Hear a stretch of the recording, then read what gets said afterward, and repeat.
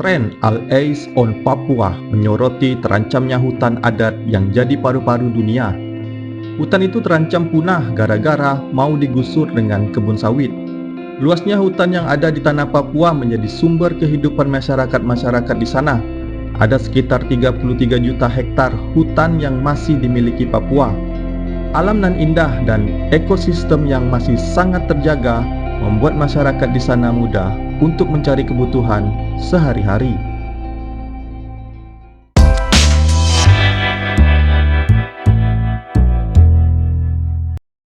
Halo geng, saya Alpian.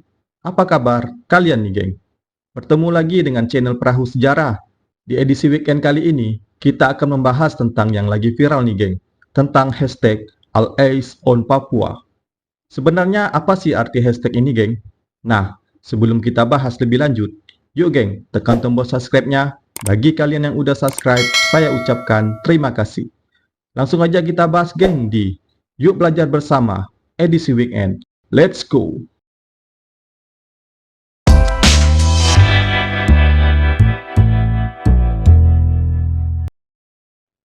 Sebelum kita bahas tentang hashtag tadi geng, sebaiknya kita tahu dulu nih geng, seberapa pentingnya hutan Papua untuk masyarakat adatnya dan juga dunia.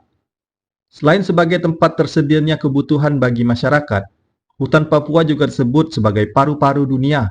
Dengan luas hutan yang masif membuat hutan ini jadi penghasil oksigen terbanyak selain hutan Amazon.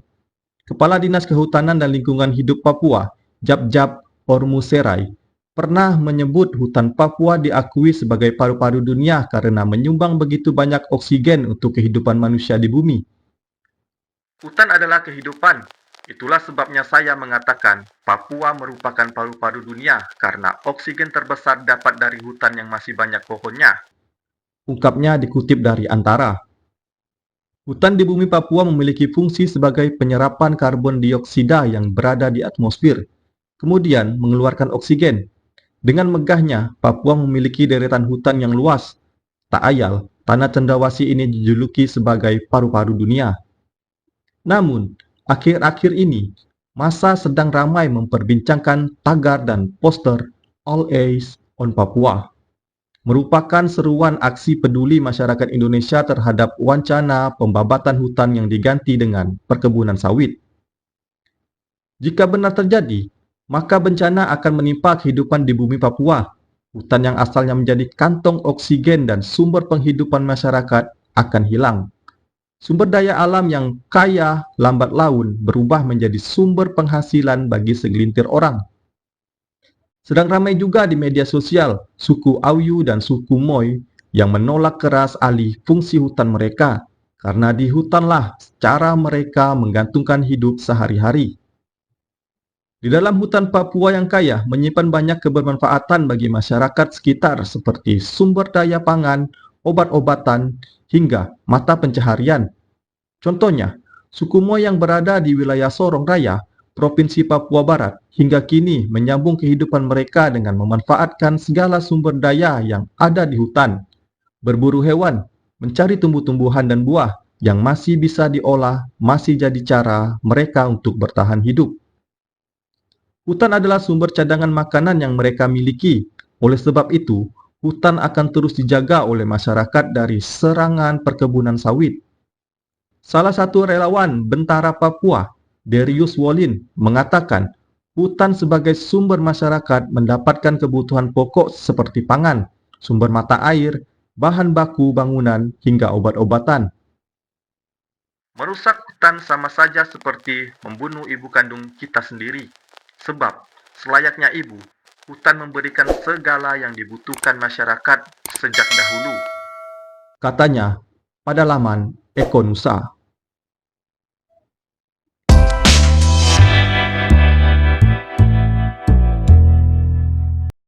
PT Indo Asiana Lestari adalah satu dari 7 perusahaan yang hendak menguasai lahan proyek Tanah Merah di Boven Digul. Proyek Tanah Merah berawal dari izin lokasi skala besar yang diberikan Bupati Boven Digul, Yusak Yaluwo, pada 2007. Luasnya mencapai 280.000 hektar atau 10% dari luas kabupaten. Investigasi dari gabungan The Gecko Project, Mongabai, Tempo, dan Malaysia kini menunjukkan kejanggalan dalam proses penerbitan izin-izin ini. Perusahaan-perusahaan yang mengantongi izin di wilayah proyek Tanah Merah adalah perusahaan cangkang. Para pelaku diduga mengurus izin-izin ini bukan untuk menanam sawit. Mereka menjual izin-izin ini kepada investor di bursa saham. Peran Fabianus Senfahagi sebagai Ketua Lembaga Masyarakat Adat atau LMA di Bovendigul disebut dalam investigasi itu adalah mengamankan izin-izin perusahaan. Atas suratnya, ada 4 perusahaan yang izinnya dicabut dan kemudian diberikan kepada 4 perusahaan baru. Satu di antaranya adalah PT IAL atau Indo Asiana Lestari yang kini berkonflik dengan Marga Woro. 4 bulan sebelum pertemuan di Kampung Ampera, pada 3 April 2017, Fabianus mengirim surat pernyataan kepada Bupati Bovendigul, isinya membatalkan dan mencabut izin usaha perkebunan atau IUP, PT Energi Samudra Kencana atau PT ESK, seluas 39.190 hektar, dan memberikan lahan itu kepada PT IAL. Dalam suratnya itu, ia mengatakan hal itu aspirasi masyarakat adat pemilik ulayat. Pada 7 Juli 2017, terbit izin lokasi baru kepada PT IAL di lokasi yang sama dengan PT ESK. Kasimilus Awe, tokoh adat Auyu yang bersama Henrikus memimpin gerakan penolakan, menyatakan warga Auyu tidak pernah memberi kuasa kepada siapapun untuk mendatangkan perusahaan. Kami tidak pernah melalui siapapun dan dengan cara apapun meminta datangkan perusahaan untuk mengelola kami punya dusun, kami punya tanah. Kami tidak pernah. Soal makan dan minum, kami cukup, ujarnya. Suku Auyu di Bovendigul terbagi ke dalam kelompok rumpun. Kelompok rumpun terbagi lagi ke dalam kelompok klan. Lalu, di dalam kelompok klan terdapat kelompok lebih kecil yaitu marga. Marga menguasai suatu wilayah secara komunal. Batas antara satu marga dan marga lainnya berupa batas-batas alam yang diwariskan secara lisan dan generasi ke generasi. Maka, konsesi perusahaan seperti PT IAL merupakan wilayah adat banyak marga. Banyak kelompok marga yang harus didekati untuk memastikan persetujuan melepas hak ulayat kepada perusahaan. Diduga menjadi alasan di balik munculnya tokoh seperti Fabianus Senfahagi di perusahaan proyek Tanah Merah.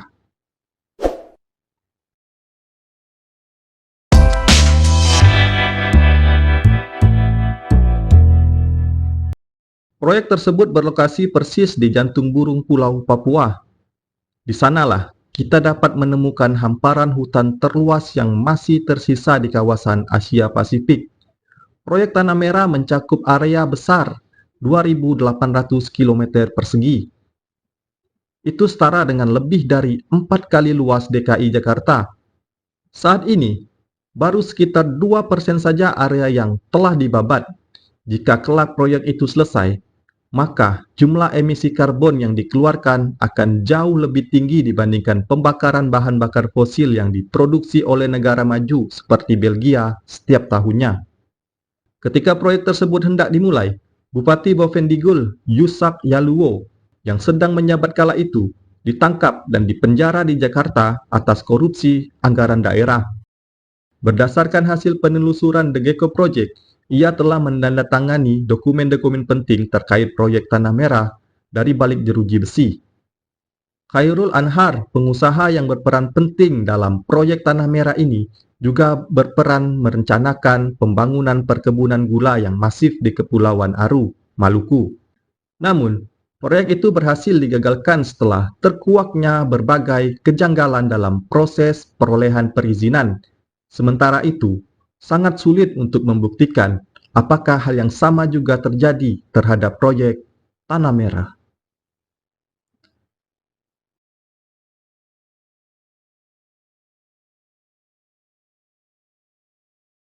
Aduh, emang benar kata Mukarno ya, geng.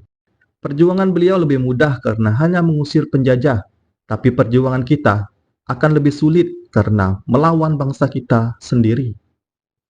Tapi biar bagaimanapun kita harus tetap dukung hak-hak para saudara kita di Papua, geng. dan semoga proyek ini tidak terjadi. Dan dengan ini saya menyatakan All Eyes on Papua.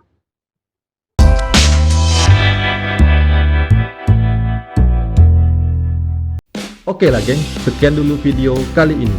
Semoga video ini bermanfaat dan menambah wawasan kita semua. Jangan lupa untuk like, komen, dan subscribe-nya geng.